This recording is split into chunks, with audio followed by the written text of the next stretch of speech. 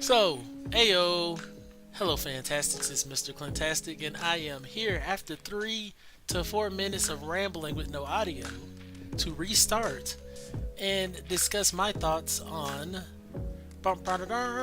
Murders at Karlov Manor. This is a limited set review that focuses on draft and sealed in Magic the Gathering. So yeah, I essentially said this is focusing on limited, and limited focuses on draft and seal. Draft is a format. You get 6 packs. You open up a pack.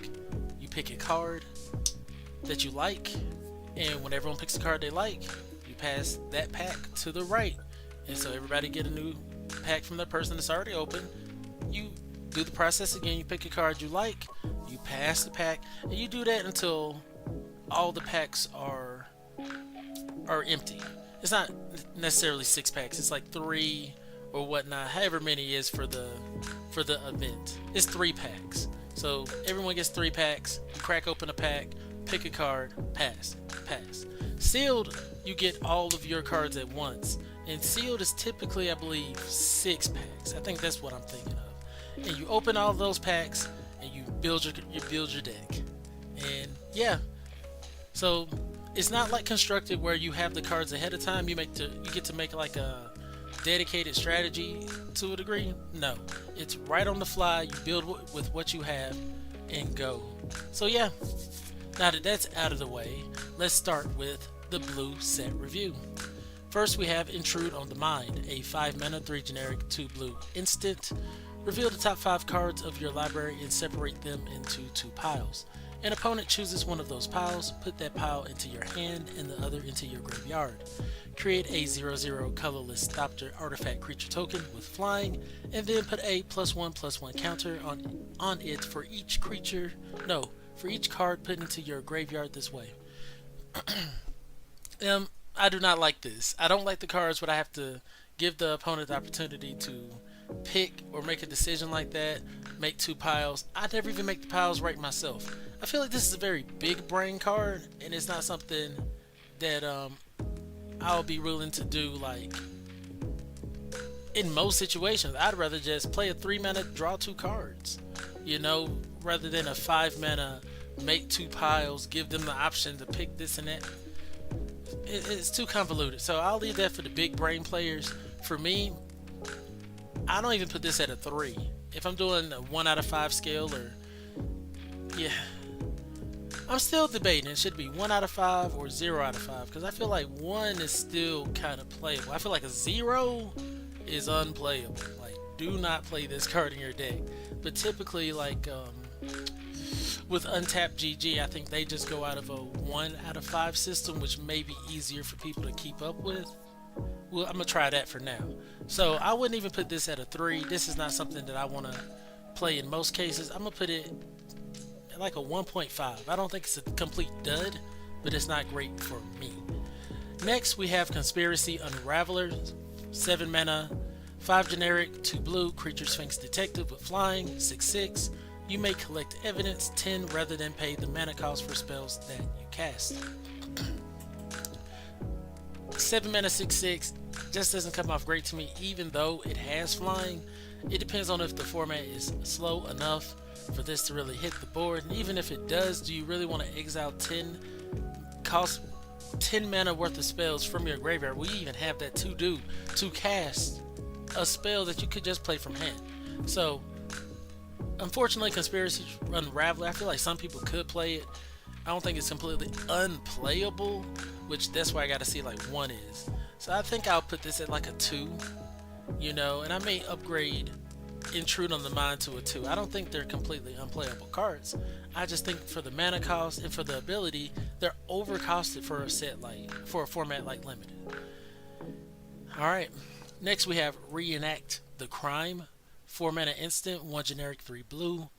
Exile target non-land card in a graveyard that was put there from anywhere this turn. Copy it. You may cast a copy without paying its mana cost. Okay.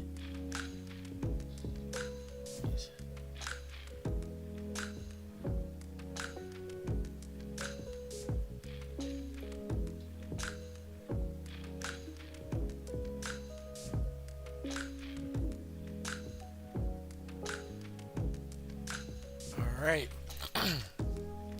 So yeah, reenact the crime. Like I said, 4 mana, 1 generic, 3 blue, instant, exile target non-land card in a graveyard that was put there from anywhere this turn. So it could be milled there, discarded, wherever. You copy it. You may cast the copy without paying its mana cost. This is gonna be absolutely freaking busted. This is gonna be busted. Now it's not necessarily gonna be busted in limited. I gotta see what the rest of the set is, but in other formats, what do you mean I just milled something like super big into the graveyard and I'm getting to play it for 4 mana?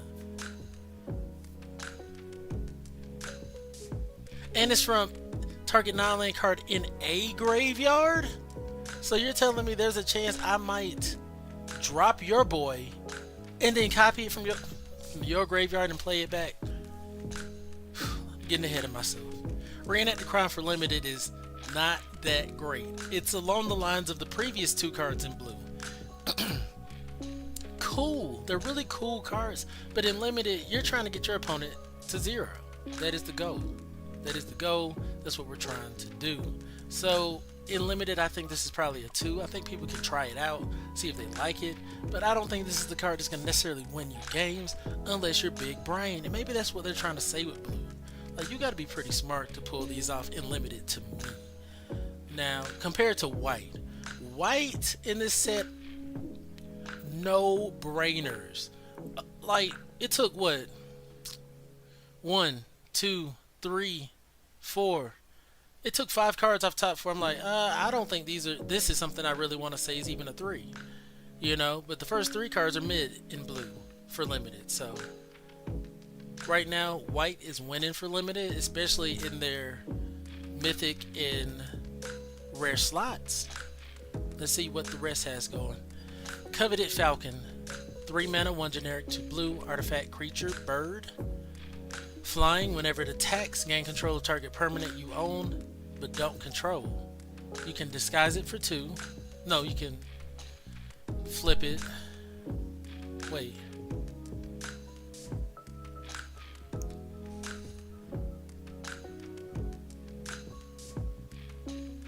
Am I misunderstanding? Like, disguise, you, from what I understood, you play it for 3, but you can flip it over for the disguise cost. So all of the disguised creatures are going to be 3 mana if you want to have it come down as a disguised creature. But the disguised cost is what flips it over, which could be less than 3, as in the case of Coveted Falcon. When it's turn face up, target opponent gains control of any number of target permanents you control. Huh?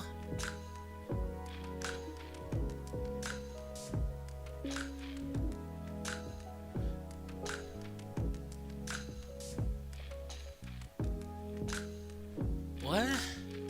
Do I have to say this? When Coveted Falcon is turned face up, target opponent gains control of any number of target permanents you control. Draw a card for each one they gain control of this way. Why the heck would I do that? Why would I do that? Why would I ever do this?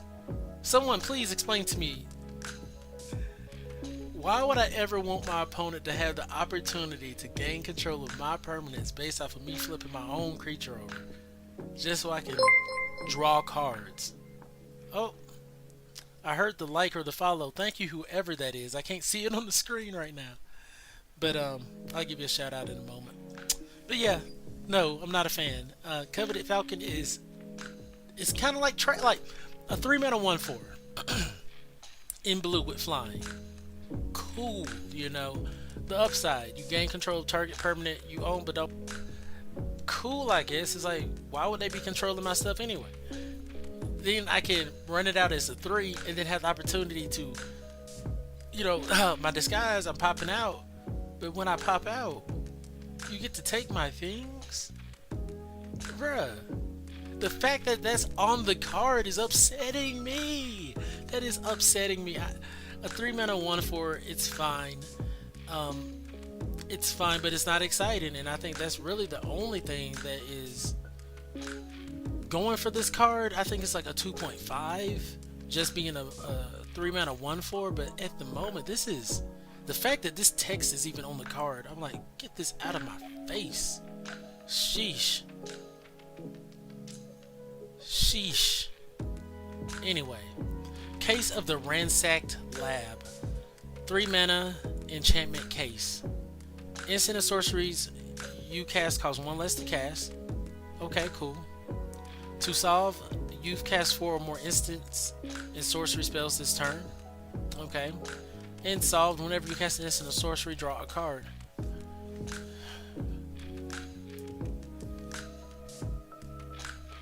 I give this like a 1. Like, you really, in my opinion, you don't want to be playing this.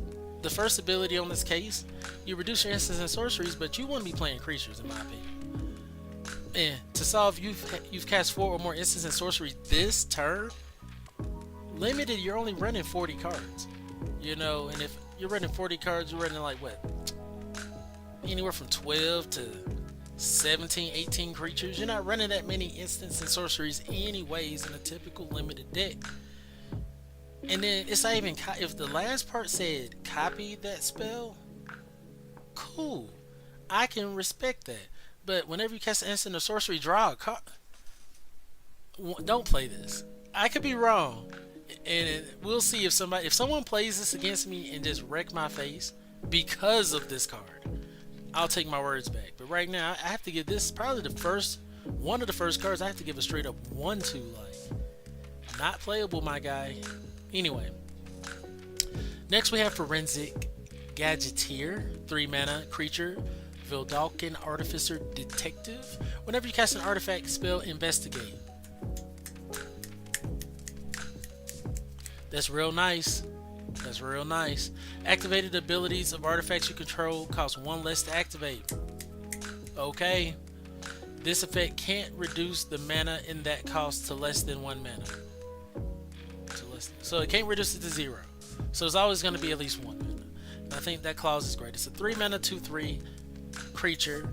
The detective creature type is kind of relevant, so maybe there's white-blue detectives going on, because I think there's a card in white where detectives was pretty relevant. I think it was a case, if I remember correctly.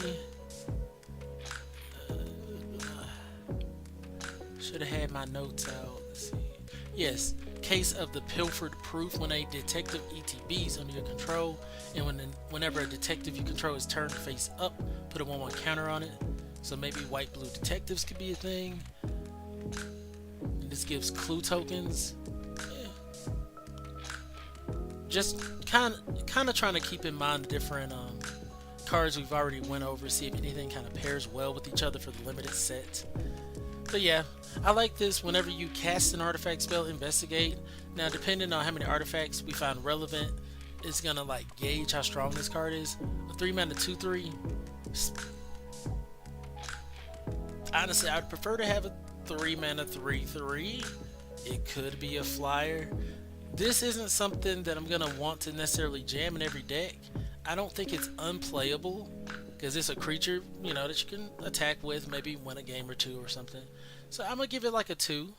And if you get to build around it, I think it can go up to a 3 at least. Next we have Lost in the Maze. It is an X cost spell, 2 blue, enchantment with flash. When Lost in the Maze enters the battlefield, tap X target creatures, put a stun counter on each of those creatures you don't control. Tap creatures you control have hexproof.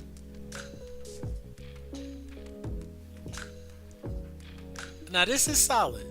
This is solid. Out of all the cards we've seen today in blue, I think this has the most potential. This is probably the best one. I'll give it a 3 off top, because it operates as a removal spell. And it can target multiple things. And it's flash. And it's an enchantment, so it can potentially be... No, it can't be bounced because of the X cost. But, because we do have... You gotta remember, we have our cat down here. And it's like, why do we want to bounce another permanent of our own to our hand with the Forum Familiar? Well, maybe to get an ability like this again. Lost in the Maze. You tap those creatures, you stun them for a turn, and you can use this as a defensive play to give your creatures hexproof. I think this is, like, limited speaking, this is great. It's automatically a 3 for me because it defends you and protects you at the same time, and it has replayability. This could be better than a 3, but it's not necessarily going to win you the game. It's solid. I would run 2. I would probably run even 3 copies of Lost in the Maze. And yeah, it's definitely a 3. 3.5 maybe. It's something I definitely want to play in my build and see if I can get like more value out of it. Alright, just want to give a quick shout out to the boys. How y'all doing today? Samaj, Kyle, Xavier, thank you for pulling up. Thank you. Let's see. I can't see my notifications for the for follows and subscribers at the moment, so when I get an opportunity, I'll adjust that and give my shout outs. Alright. Next we have Prof's Edict Memory. 2 mana, that's a 1 generic and a blue legendary enchantment. When Prof's Edict Memory enters the battlefield, draw a card. Okay. You have no maximum hand size. Okay.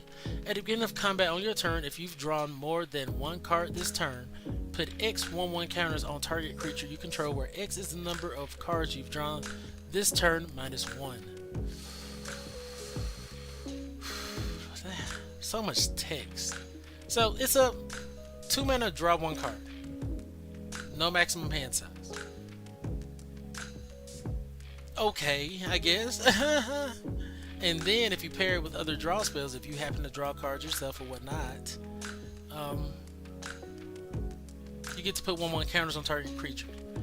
In limited, I don't know how good this is. I think it's playable. I do. I think it's playable. You know, especially if we have cards that draws cards naturally. It's just over time, just like bing bing, we're putting counters where we feel like. Wait. Okay, yeah. It's always -1 so that it doesn't count the card that you naturally draw. So as long as you intend to draw an extra card that turn, at least, you'll be getting X 1/1 counters. So if it happens to be 2 cards, you get 2 1/1 counters, 3, no. Yeah, 2 cards, blase blase. It's just -1 to account for that 1 that you naturally draw every turn. I like the card. I don't think it's something I want to... I mean, well, my thing is, say you ran 3 of these, right? And boom, you play the first one, you draw a card, you play a creature. You play another one of these, you draw a card, you put a counter on another creature. But it's a legendary enchantment, so it can't even stack. It can't even stack. Sorry, Prof. You're only going to want to run 1, maybe 2 of these. And it's not necessarily going to even win you the game. I'm going to give it like a 2.5 just because I like the card. But I don't think it's something you should be picking over a lot of other cards. Actually, I got to give it a 2, respectfully. And it has to kind of prove itself to go up in rank. Because right now, I'm like, by itself, it's not doing enough. Anyways, next we have Steam Core Scholar. 3 mana, 2 generic, and a blue creature, weird detective. Keeping detective types in mind for the creature type. Flying Vigilance, okay. When it ETBs, draw 2 cards, okay. Discard 2 cards unless you discard an instant or sorcery or a creature card with flying, okay. And it's a 2/2. Flying Vigilance, 2/2. Solid, I'll play it. I'll give it a 3. Honestly, I might give it a 3.5, but a 3 mana 2/2 flyer, it's not that powerful, but it lets you draw cards. So yeah, I definitely want to play multiples of these. Like, it's always going to give you the opportunity to kind of rummage early game, especially Vigilant. So yeah, it's definitely a 3. And it might go up to like a 3.5 because of the card draw. So yeah, I'll give this a 3.5. I'll pick this over most cards when I see it. Flying Vigilant, rummaging. It might even be a 4. I think I've seen so many bad cards in blue for limited that I don't want to oversell a card, but this card may actually be like way better than I'm giving it credit for. And it's a detective. I'm gonna give it a 3.5 for now, but it could possibly be a 4. This could be way better. Next we have Cryptic Coat, 3 mana, 2 generic and a blue. Artifact equipment. When it ETBs, cloak the top card of your library. So that's what the thing with cloak is. Cloak can cloak any card. You know, it doesn't have to be a creature that's disguised. Then attach Cryptic Cloak to it. Equipped creature gets +1/+0 and can't be blocked. Pay 2, a 1 and a blue. Return Cryptic Coat to its owner's hand.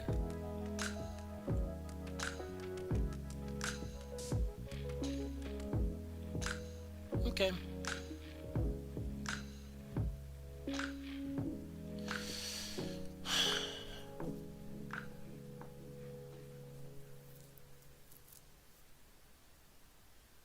You play it. You get a spell off the top of your library or a card off the top of your library. It comes out as a basically a 3/2.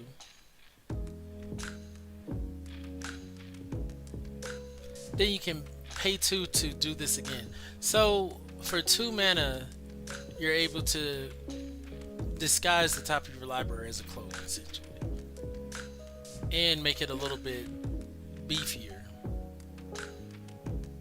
and do it over and over again. I like it. I like this. I like this. For 3 mana too.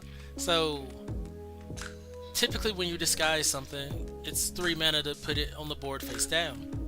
So this is the disguise cost at 3 mana. You cloak the spell, so it doesn't have to be, it could be a land that you're doing off the top of your library, just turn into a creature. Excellent. You know, if you don't need any more lands. It could be an instant or sorcery, maybe that you didn't need. It could be any card, and it becomes a creature. It turns all of your cards basically into creatures. If they weren't creatures, reduces the cost of your disguise cost initially, and you just recur it.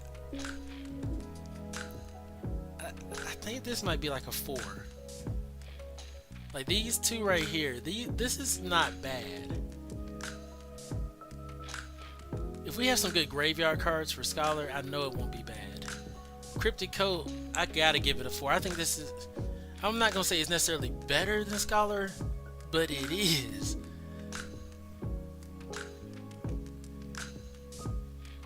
It's not even a build around. Like, you could run no disguise creatures and just use this to, oh, I just play this 3, make 2/2, 2/2, 2/2.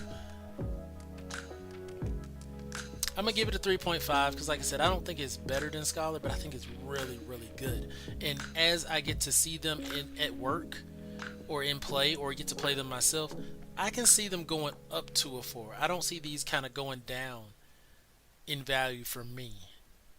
Alright, next we have Candlestick, 1 blue, artifact, clue, equipment.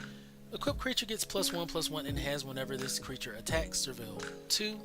You can pay 2, sacrifice it, draw a card, and it equips for 2. I'm not a big fan of Surveil in limited, you know, like, well, with that evidence card, with evidence, dang it, mechanic, losing my words, with the evidence mechanic, Surveil may get really good because then you can just throw your cards in there and then get the value, but I don't necessarily play well that way, especially in a limited format. So I don't think I'll want to personally be surveilling. I like the ability to tap target creature way more than that surveil ability here. Like Wrench, I think was at least I think Wrench was maybe like a 2. You know, I don't have to play it. It just has a great ability. It might even be a 3 because you can use it to tap creatures later. This, kind of like 1.5, 1.75. I don't think it's totally terrible, but it's between that not playable to maybe slightly playable. To be honest, I think I'm gonna adjust my scale to 0 to 5 because I feel like 0 really represents like don't play this at all, whereas 1 says okay, well it's there. Yeah, I'm gonna stick to that because it just makes more sense to me, because this isn't a 0. But this isn't like a 2 where I'm just like, oh, okay, cool. No, this is a 1. I think this set the standard. This is a 1. You can play it if you want to. It's gonna give you some value. But it's not gonna just be the game-breaking, back-breaking card that you want, you know. So next we have Sudden Setback, 4 mana, 2 generic, 2 blue instant. The owner of target spell or non-land permanent puts it on top or bottom of their library. Why is this uncommon at 4 mana? I think I can pull up 1,000 4 mana bounce spells, you know, that puts it on top of the library. Yeah, not sure what was going on with that. I think OBS just crashed. So I'll give people a few minutes to get kind of back in here. I'm going to adjust my video settings.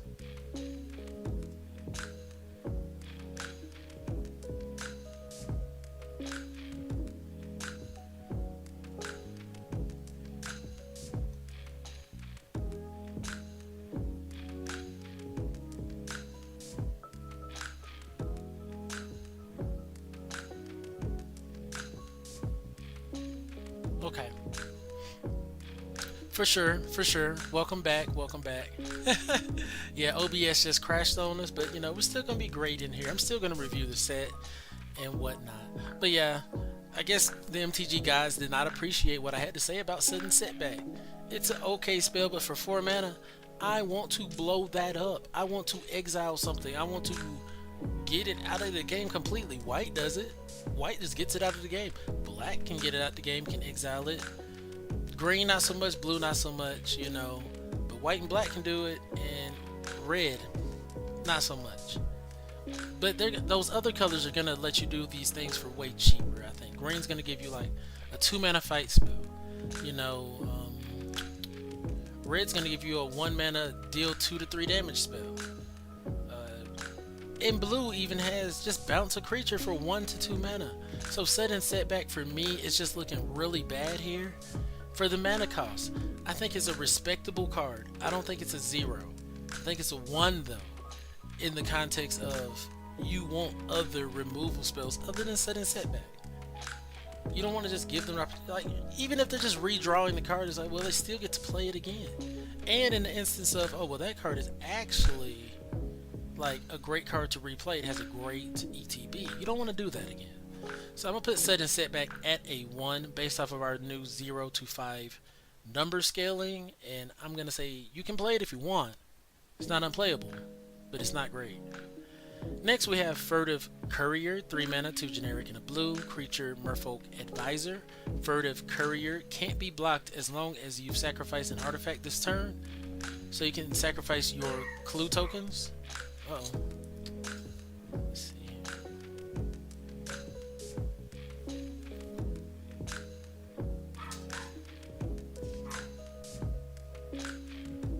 Bear with me. Okay. I'm a juggler. I have to operate multiple things at once, so yeah, I make it work. Anyway. So, Furtive Courier, 3 mana, 2 generic and a blue. Furtive Courier can't be blocked as long as you sacrifice an artifact this turn. Whenever Furtive Courier attacks, draw a card, discard a card. It's a 3/2. So, okay, cool. I like it. It has potential unblockability, so this is, to me, at least a 3. Simply based on the fact, if you sacrifice a clue token or whatnot, you're swinging in for 3, and a lot of times, people are gonna hate that. It's like, oh man, you know, I set up my board, they can't get across. Wait, shock, they can get across for 3. And they can do it multiple times, potentially. So, I think this is at least a 3. I would definitely run multiple copies of it. And it gives you the draw power, so it might go up to a 3.5. My only issue is that I wish it kind of brought a clue with it. Like, that's, I think, would be the difference between like a 3.5 rating for me and a 4 with this particular card. The unblockability would almost make me be like, okay, cool, it's automatically a 4, but the unblockability is so conditional that I'm just like, I'm not gonna get it every time. So I would normally leave it at 3, but the fact that when it attacks you draw a card, discard, I think that's enough to bring it on up to that 3.5. And if this shows some work, it could go up to a 4 or greater. Like if we find out that we're just gonna always have these clue tokens on hand, cool, but I don't really see that being the case. So I'm gonna give this a 3.5 for now, but I think this is a really solid 3/2 unblockable creature, pseudo unblockable. Next we have Surveillance Monitor, 4 mana, 3 generic and a blue, Veldalkin Detective, relevant creature type. When Surveillance Monitor enters the battlefield, you may collect evidence 4. Whenever you collect evidence, create a 1/1 colorless Doctor artifact creature token with flying. It's a 3/3. So a 4 mana 3/3, which is not even that great. 4 mana 3/3 on the ground, which is not even that great. You can collect evidence 4. So, 4 mana 3/3 that comes to the battlefield, exiles mana 4 or greater from our yard, and no matter what, it only gives us a 1/1 flyer. I like the fact that it's potentially a 2-for-1 card, and even more if you have a collect evidence deck. I'm not doing all that. I'm not trying to set this up especially just to get the 1/1 token. I'm putting this, it might be right there with sudden setback. It's like it's there. I don't want to play it. I might just give this like a 1.5 simply off the build around potential, because if you no, I just don't know if you're gonna even have enough evidence. I don't know if you're gonna have enough evidence to really pop off, because you gotta have permanence in the yard. I think this is a 4 mana 3/3. That's what we're looking at here on the ground, and that to me is just not exciting. It's not a 0, but I'm gonna put it at 1. I'm not gonna be looking to pick this card up at all. Next we have Living Conundrum, 5 mana, 4 generic and a blue, elemental with hexproof. What? Good old hexproof? They've been punking us with ward for a few years now, you know what I'm saying? Like, oh, hexproof is too strong, and giving us like ward abilities. And this is a ward bound set right here. Like, there's a lot of ward going on, especially with the disguises and whatnot. So to see hexproof is almost a little, it's scary but refreshing at the same time. So if you would draw a card while your library has no cards in it, skip that draw instead. You're not milling yourself out or decking yourself out. As long as there are no cards in your library, Living Conundrum has base power and toughness 10/10 and has flying and vigilance. What? What? What?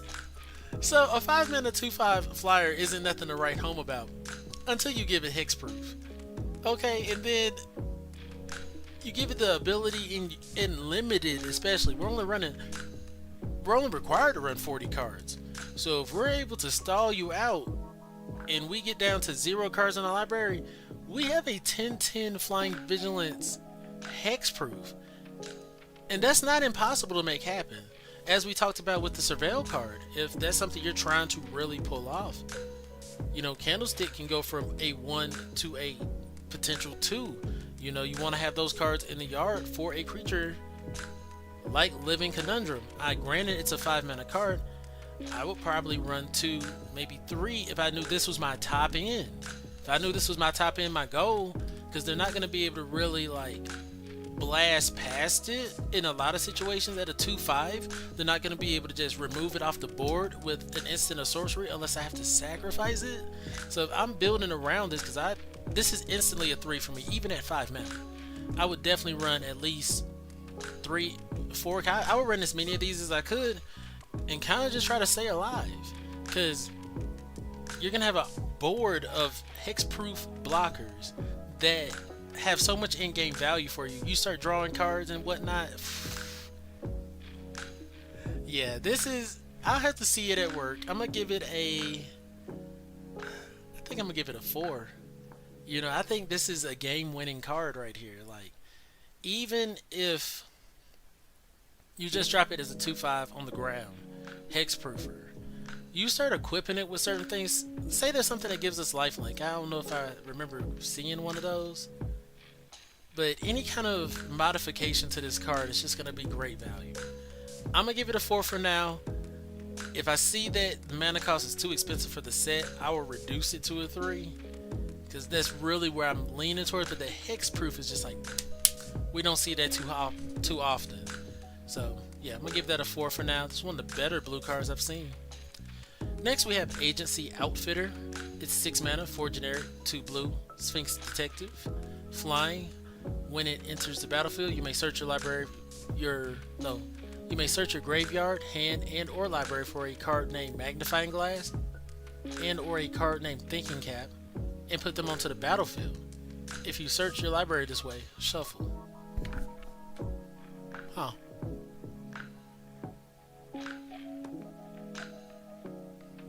Magnifying Glass.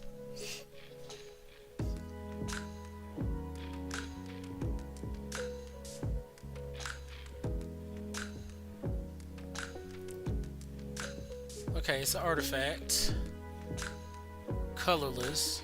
Okay. Probably should just pull it up on the screen. And Thinking Cap. I'm guessing Thinking Cap is also one, but Magnifying Glass is three generic. It can give you a generic, and you can pay for tap investigate. It's not bad at all, especially if you're getting it for free.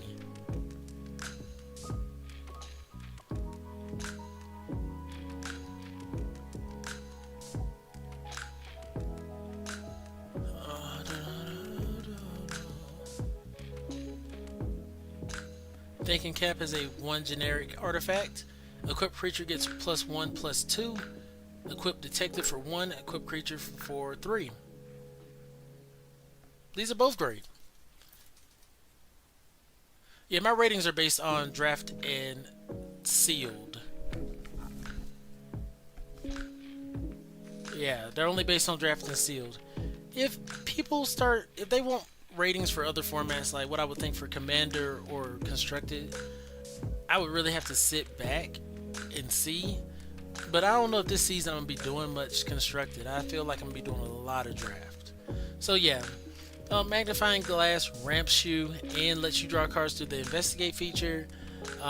Thinking Cap pumps your creature by 1 and 2. I mean, +1/+2. This is a 6 mana 4/3.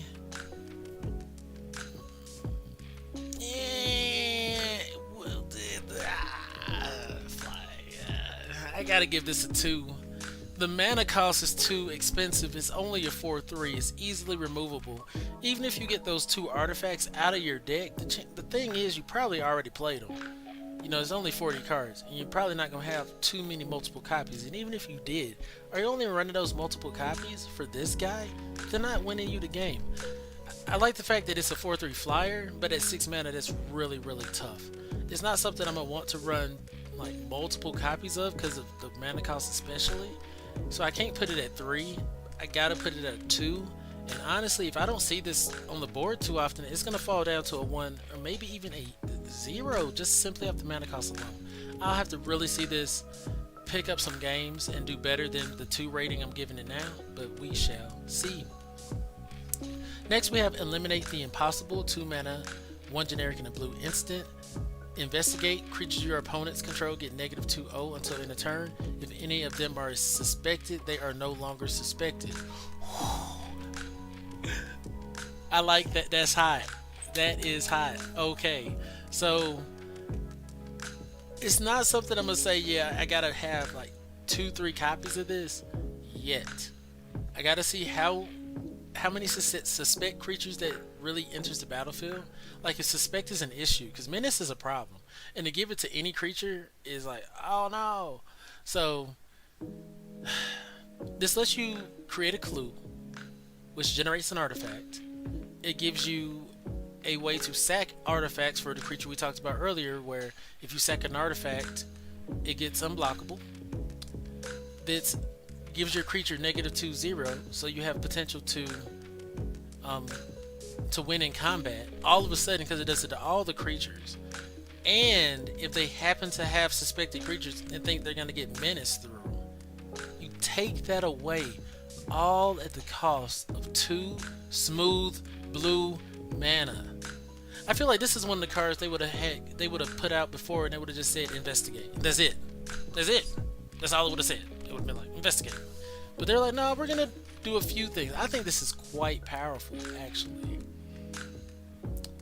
You know what? I might even give it a 3 because just being able for 2 to investigate, I think is pretty strong. Drawing the card, making an artifact, taking suspect away. I think this is all good things. I'm gonna give it a 2.5 because it's not necessarily winning you the game. I feel like a 3 for me is something that's like, okay, cool. I might, in the worst case scenario, be able to ride this on to victory. You know, a 2 for me is kind of like, I can play it, but yeah, it's certain conditions where it's gonna be better. A 1 is like, okay, cool, I need filler, and a 0 is get this nonsense out of my face. So I'm gonna put this at like a 2.5. I think. I think it's solid, but it's not gonna just flat out win you the game. I don't think you have to prioritize this over, you know, like some of the other cards we've seen. Next we have Curious Inquiry, a 1 blue enchantment aura. Enchanted creature gets +1/+1 and has, whenever this creature deals combat to a player, investigate.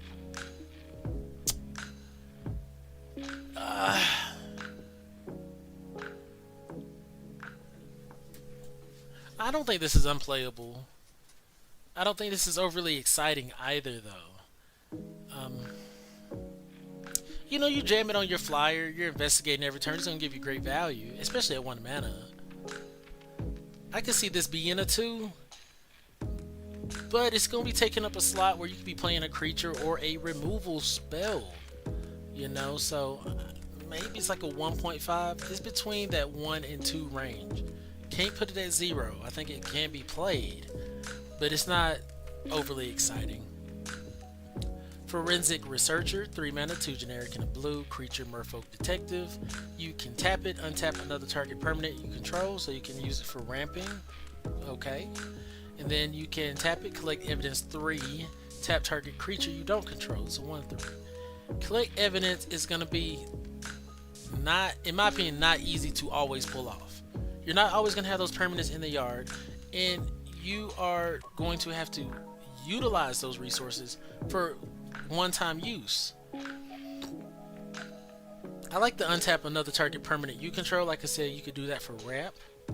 So say you know, run 3 of these, for instance. You're actually in business. You're playing whatever you want. So I can put this easily at 3. You know, the collect evidence 3, tap target creature you don't control. I think that's relevant enough for me to maybe consider 3.5, maybe. But for now, I think I'm gonna have to leave it at a 3. I'll probably run a lot of copies of this, but I think there's gonna be other things in the set that I'm just like, I would choose over this. Am I having connection issues?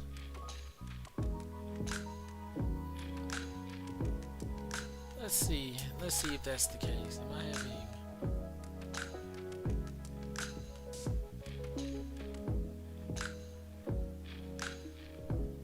It don't seem like I am.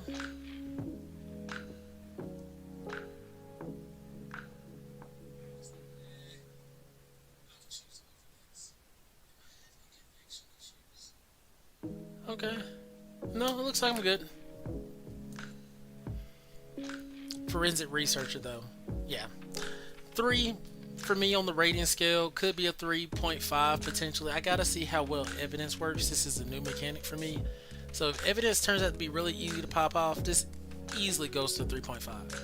And if this had flying or flash, as Kyle mentioned, man, it would easily skyrocket to a 4. This is a solid card, actually. That's kind of why I stood on it for a second. Like, it was getting better and better in my mind. Next, we have Case of the Filched Falcon, a 1 blue. Case. When this case enters the battlefield, investigate. Solid. To solve, you have to control 3 or more artifacts. I don't think that's too hard to do. And solved, you can pay 3, 2 generic and a blue, sacrifice this case, put 4 1/1 counters on target non-creature artifact. It becomes a 0/0 bird creature with flying in addition to its other types.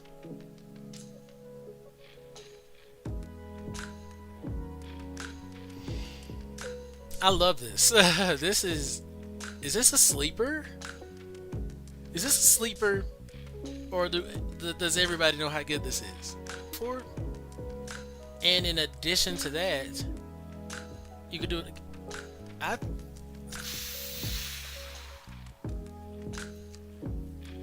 This is kind of exciting. I may want to give this a 4.5. I love this card. I like this a lot. Case of the Filched Falcon. This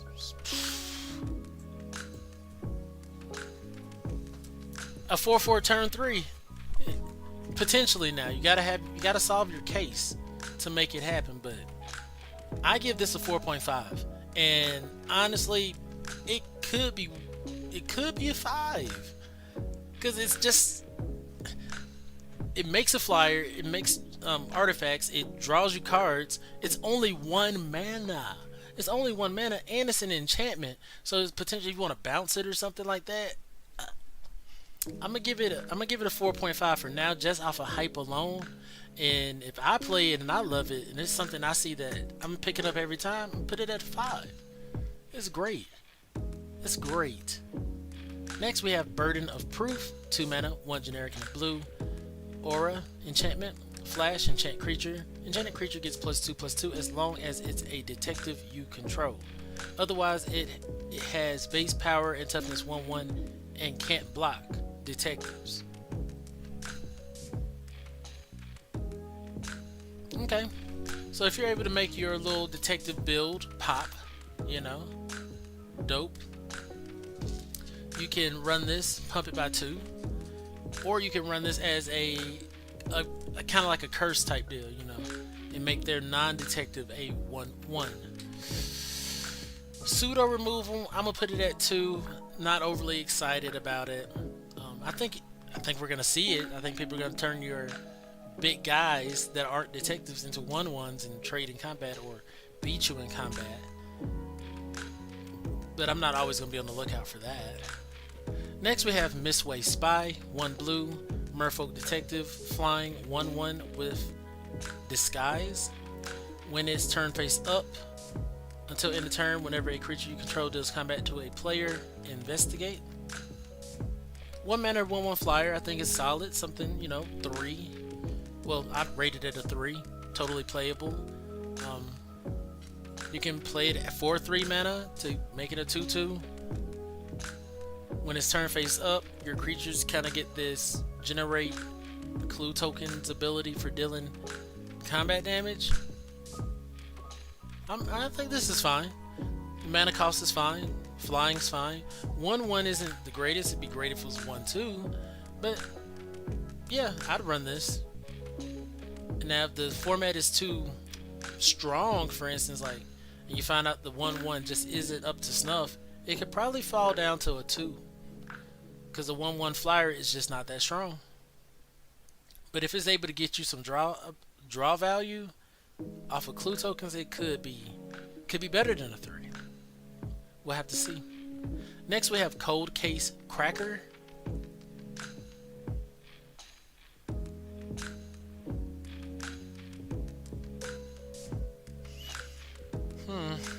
I think that name should have gone through some testing. Cold Case Cracker. 4 mana, 3 generic, and a blue spirit detective with flying. When Cold Case Cracker dies, investigate. It's a 3/3. 4 mana, 3/3 isn't terrible. You know, 4 mana 3/3 just isn't. It's not terrible. I'd rather a 4 mana 4/4, but it wouldn't be flying, you know. So I would probably play this. I'd put it at like a 2.5. It's not something I want a bunch of, but it's something that I'm like, if I need to jam another creature, another flying evasive threat, this could probably lead me to some victories. Next we have Unauthorized Exit. 2 mana, 1 generic and a blue, instant. Return target non-land permanent to its owner's hand, surveil 1. And that's what I'm getting at. Why the heck would I want to play, what's it called up here? Let me go back to it. Geez, so long ago. Where was it? Sudden Setback. Why would I want to run Sudden Setback for 4 when there's Unauthorized Exit for 2? And I get to surveil 1.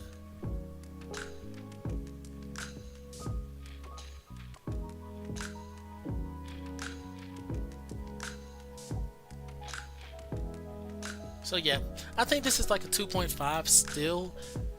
I still prefer my exile or destroy type spells, but this is solid. I can see people running it. I think we're going to see a lot of unauthorized exits occurring. Next we have Reasonable Doubt. 2 mana, 1 generic and a blue. Counter target spell unless its controller pays 2. Suspect up to 1 target creature. Can you counter the disguise creatures? If you can counter the disguise creatures, I'd definitely put this at 2.5. And that's simply because I don't like counter spells that much in limited. That's the only thing. I'm not a big fan. But if you like, they want to disguise their creature and you can counter it with this, this is probably at least a 3 or higher. This is pretty strong. We'll have to just see how that works. And you can suspect up to 1 target creature with it. So you can give one of your creatures menace, or make it so one of their creatures can't block.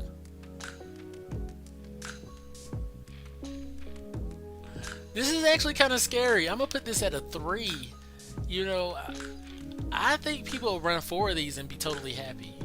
Like boom, countered, countered, countered. And I can make either my creature menace or make your creature not able to block. Both of which is great for me as far as an attacking scenario. This may be way better than what I'm giving it. I'm giving it at least 3, and it could grow higher. Reasonable Doubt is solid. Next we have Dramatic Accusation. 3 mana, 2 generic and a blue. Aura, enchant creature. When Dramatic Accusation enters the battlefield, tap enchanted creature. Enchanted creature doesn't untap during its controller's untap step.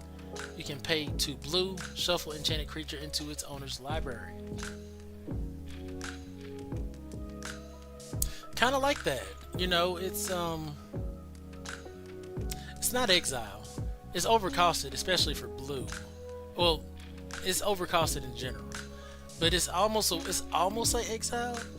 You taking it out of combat, and then when you get the mana, you can just shuffle it back into their library. They get to play it again. I don't know how I feel about this.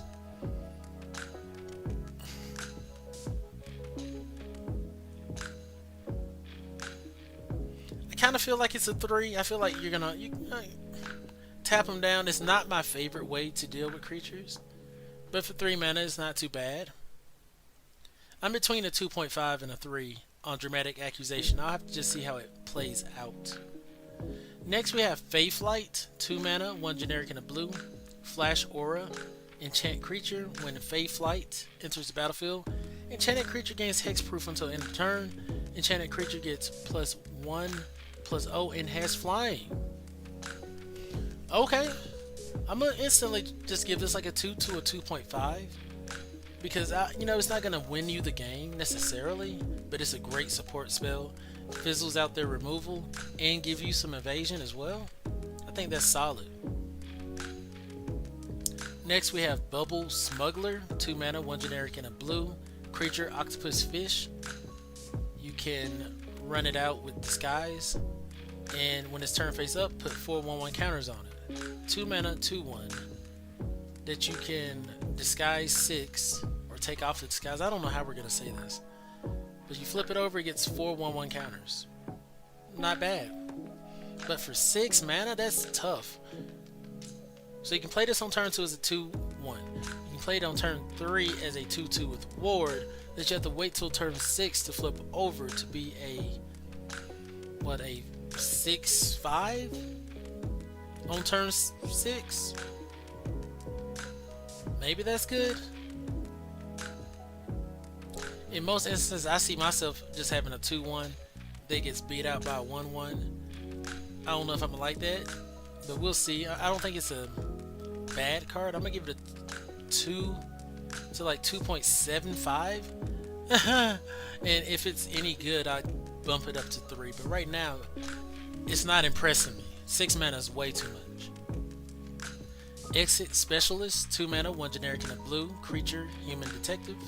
Exit Specialist can't be blocked by creatures with power 3 or greater. Kind of reminiscent of the card in white, where creatures with power 2 or less can't be blocked by creatures with power 3 or greater. It has Disguise for 2. When Exit Specialist is turned face up, return another target creature to its owner's hand. 2/1. This is solid. What you mean? It's a 2 mana 2/1, right? That can't be blocked by creatures with power 3 or greater. Cool, love that. And it can turn up and bounce a creature. I'm gonna put this at a 3. I would run multiple copies of this card because it's pseudo unblockable almost for free. And it can bounce spells. So at 5 mana, you can start playing this and boom, bouncing their thing and potentially getting some damage in there. I like that a lot. And it's a detective. Next we have Behind the Mask, 1 blue instant. As an additional cost to cast a spell, you may collect evidence 6. Until end of turn, target artifact or creature becomes an artifact creature with base power and toughness for 3. If evidence was collected, it has base power and toughness 1/1 until end of turn instead.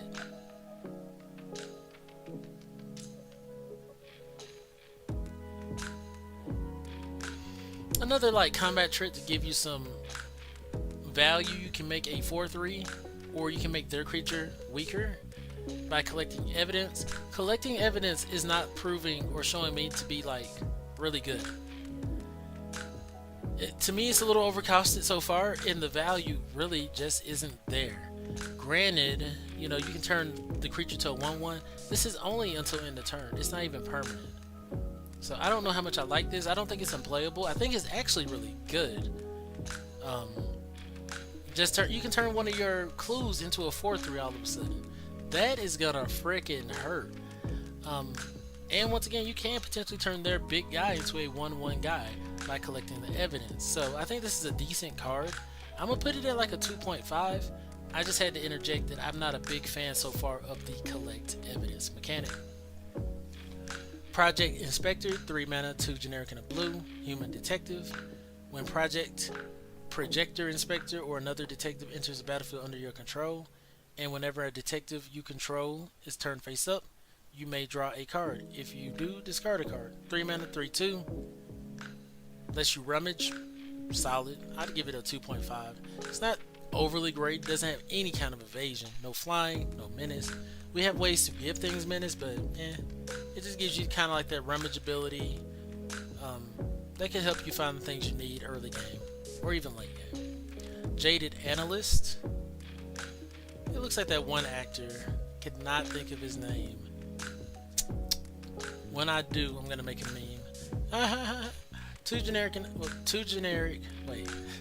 mana, 1 generic and a blue. Human Detective Defender. Whenever you draw your second card each turn, Jaded Analyst loses Defender and gains Vigilance until end of turn.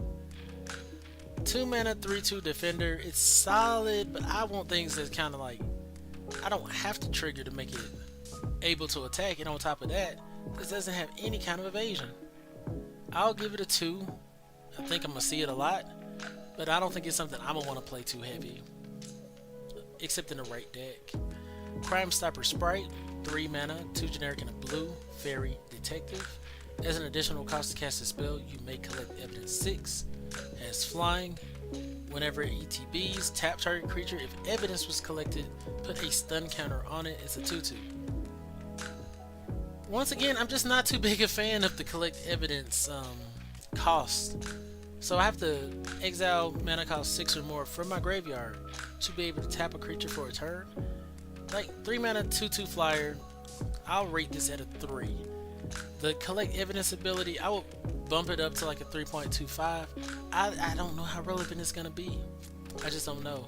I feel like in a lot of instances on turn 3, this is gonna come down and not stun anything.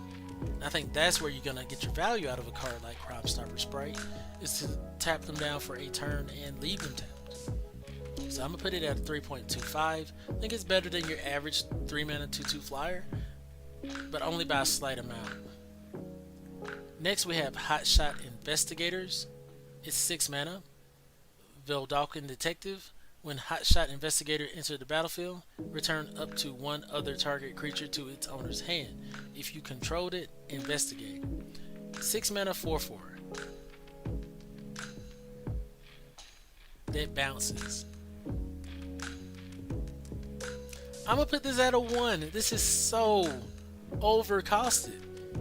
A 5 would have brought it up to a 2. A 4 probably would have brought it up to a 2.5. A 3 would have definitely brought it up to like a 3.5. That's how important mana cost is. This is just too expensive. It's playable if you need to play something. It's not unplayable. But geez, what are they doing? Next we have Out Cold. 4 mana, 3 generic, and a blue. Instant, the spell can't be countered. Includes the ward ability. Tap up to 2 target creatures and put a stun counter on each of them and investigate. This is way better than that bounce spell, the rare one or whatnot, that puts a card on top or bottom of the owner's library. Can't be countered, so you can target their ward creatures. Tap up to 2 target creatures, put a stun counter on them, and investigate. I'm putting it at a 3, even though it's a 4 mana interactive spell where you really want to be blowing up things. The fact that you can investigate and target the ward creatures, I think is just really solid. I'd run 2, maybe 3 of these cards because it's drawing me cards. I'd have to see what kind of builds I want, but I give it a 3 off rip. Next we have Deduce. 2 mana, 1 generic and a blue. Instant, draw a card and investigate. Solid. I'll give it a 2, 2.5. Not the card you want to just be picking over everything else, but it's playable and it's definitely better than a 1. So you get a couple of these, draw a card and investigate, so it's basically 2 mana, draw 2. And it generates you an artifact which may be relevant in a lot of instances. Then we have Benthic Criminologist. 5 mana, Merfolk Wizard. Whenever Benthic Criminologist enters the battlefield or attacks, you may sacrifice an artifact. If you do, draw a card. 5 mana, 4/5. I'm gonna put this at a 2. Yeah. I mean, I think you can run it. Yeah, it's probably like a 1.5. 5 mana, 4/5 just isn't anything to write home about. It doesn't draw you a card in every situation. This is probably just a 1, actually. Okay. So that wraps up the blue spells for this set. Overall, I definitely got to rank white over blue. Blue has some things in it, some interactive things, but there wasn't. I think the prime creature I saw that I really liked was that hexproof guy. Like, that was just like one creature I was excited about. No. Can't forget about. Where was it? The 1 mana Case. Here it is. Case of Filch Falcon. I think for me this is the biggest sleeper. Like, the other sleeper in white was that 2 mana, whenever a creature 2 with power 2 or less comes to the battlefield, it gets flying.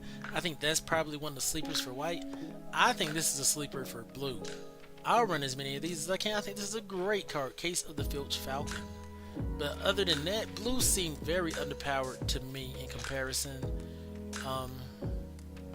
Had that 1 tap down spell. Sudden Setback is very disappointing, especially to be in the uncommon slot. Candlestick, kind of disappointing. Cryptic Coat was interesting. I think I'd really want to see what this can do, especially in a set that has a lot of disguise going on. So yeah, that wasn't too bad. Let me take a quick break and then I will follow up to see if I'm going to go on and continue into black.